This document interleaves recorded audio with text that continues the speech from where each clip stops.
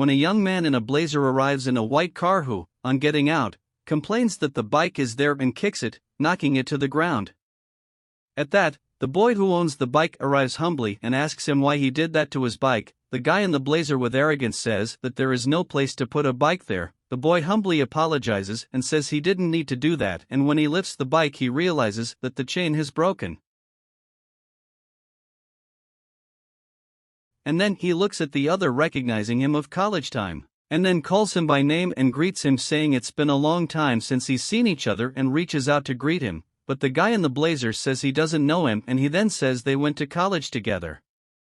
But the boy in the blazer says that he would never go to college with a shaved foot and that he studied only with elite people. The boy then says that everything is fine, and embarrassed he lowers his hand and apologizes for confusing him with someone else. Upon entering the company's reception, the two find themselves sitting there and impatiently waiting for the interview, and then the secretary goes down the stairs and greets them and asks them to wait a little longer and that she will notify the owner of the company that they have already arrived. Thank you, and she leaves. The secretary then goes to her boss and says that the candidates are already at the company. The boss then asks her to send them up and wait for her and says that soon they will be called for the interview. The secretary then takes them to the boss's room. They greet her and she thanks her secretary and says that she can go and that from there the interview is up to her. The girl then says that it's okay and that she will need something is just call her and leave. She then asks them to feel that the interview is about to begin. They sit next to each other and then collects their resumes, but only the guy in the plaid shirt who hands in the resume, and the one in the blazer says that how he is more evolved. He sent it by email and says that it's from the past.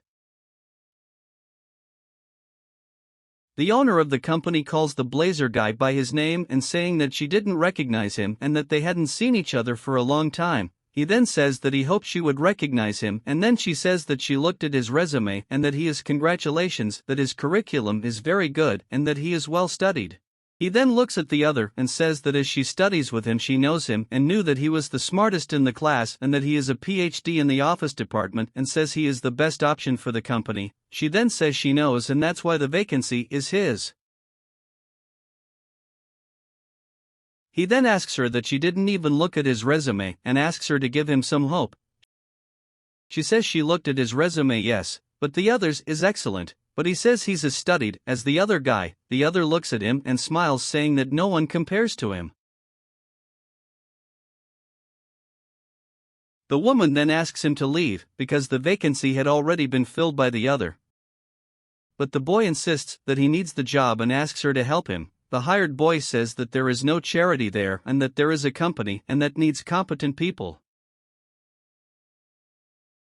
She then says that as she had said the vacancy was already filled, but he insists that she give him an opportunity to show that he has the ability and says that he is as capable as the other. She then says that to help him he shouldn't choose the job and says that he has an open job, but it's for janitor. He then says that your resume is very good and that janitor, and says that as he needs it he accepts, and she says he can start at that moment and for him to go down and talk to the secretary so he can start.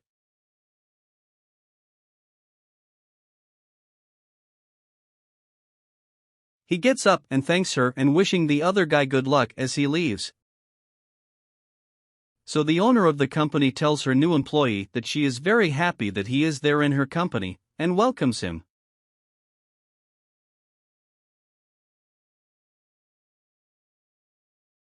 He then says that she will not regret having hired him and says he wants to know the room where he will work. She then accompanies him to his room and when introducing the room to him says he can be at ease and says that there are some worksheets that need to be filled out and it says it needs until noon.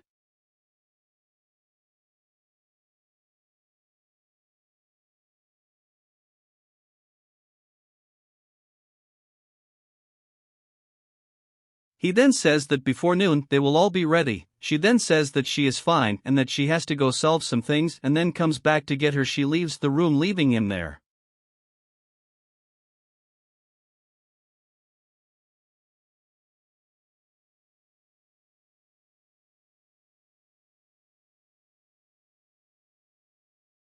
He then despairs that he doesn't know how to fill in the worksheets and says that he always paid to do his college work and so he doesn't know how to fill in the worksheets.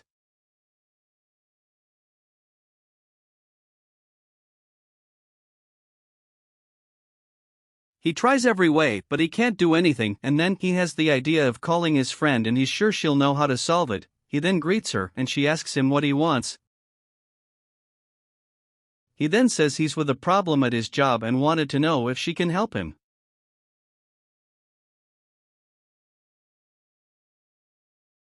But she goes right away saying that she can't and that she's too busy. He then asks to calm down and says that she knows there's a reward later, but she says she doesn't want to know and hangs up the phone.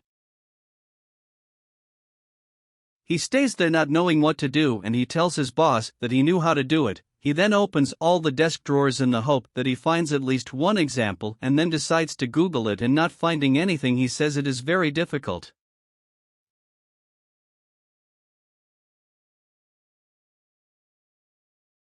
He makes another call now to his friend and goes right away saying that he needs his help to solve a problem in the company where he is working and says that it is his friend's specialty and asks if he can help him, but his friend hangs up the phone.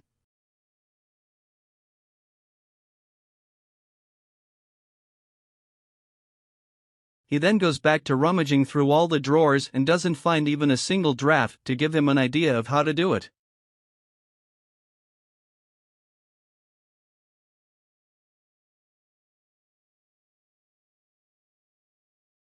At that moment, his boss arrives in his office and then asks him if he managed to fill in the worksheets. He then asks for more time and says that he got involved with some personal things and says that by the end of the afternoon he will deliver.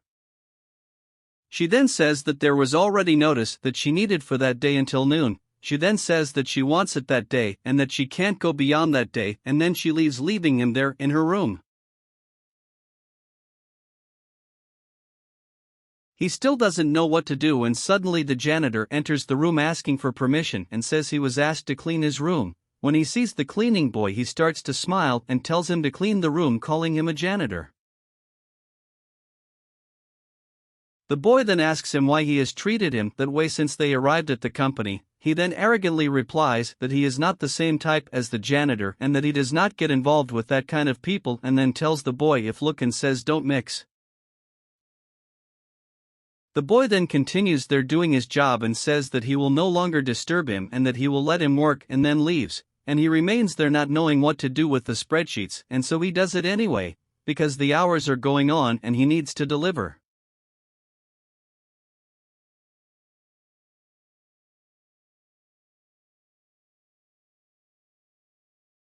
The janitor then goes back to the boy's room and sees him there desperate, not knowing what to do, and then asks him if he needs help. But the boy yells at him saying that if he can't, imagine a simple janitor would get it. The boy then says that he can help him, and the other then tells him to leave there, saying that he is a simple janitor and if he thinks he can help him in something.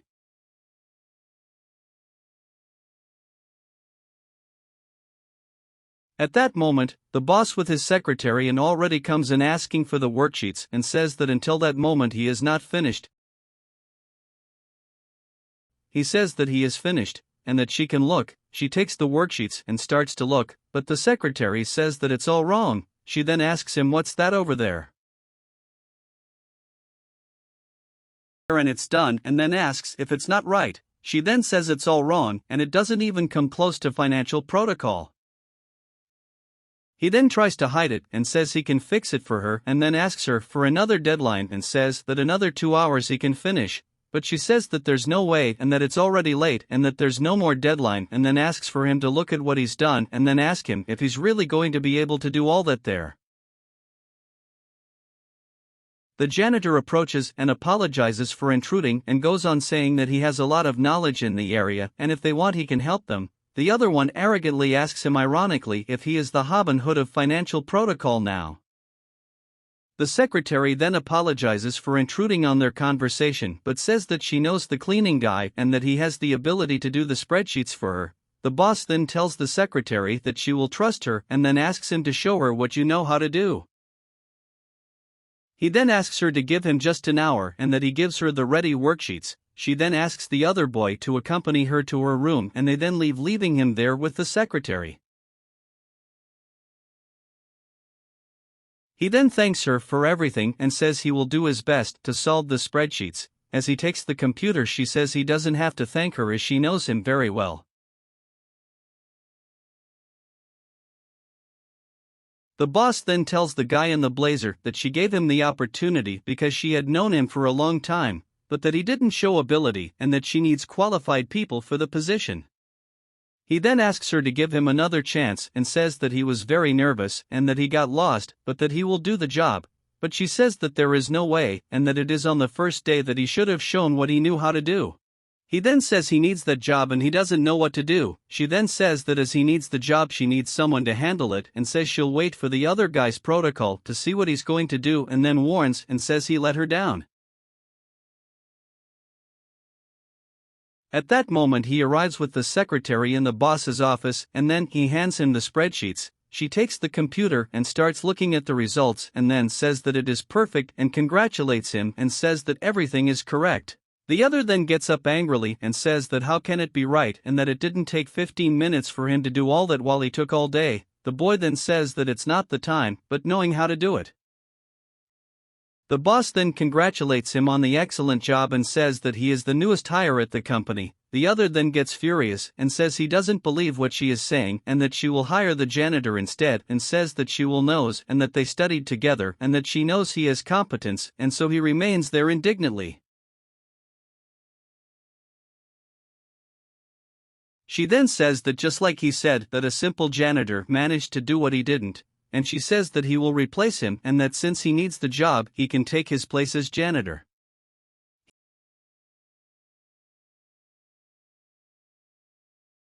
He then smiles and says he will never be a janitor because I don't study for that. She then says that to be a janitor you don't need to be educated but know how to clean and sweep. He then says that she's right and that's why he has the qualities to work at other better companies than hers.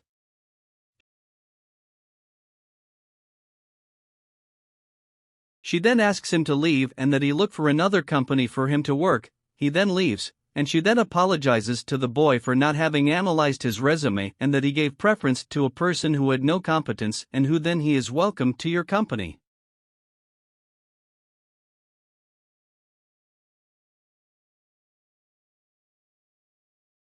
He then says that it's okay and that she doesn't need to apologize and that he understands why she opted for an acquaintance, and goes on to say that he's going to grab that opportunity with all his might and then thanks her for the opportunity.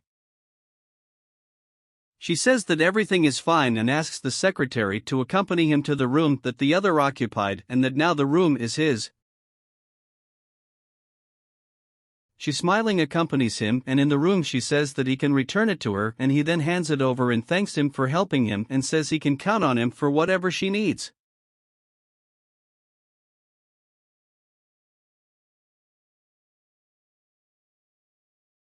She then says that her friendship was not made at that moment and that he can also count on her in whatever he needs and wishes him welcome to the company. Never underestimate someone's knowledge, no matter how simple it is.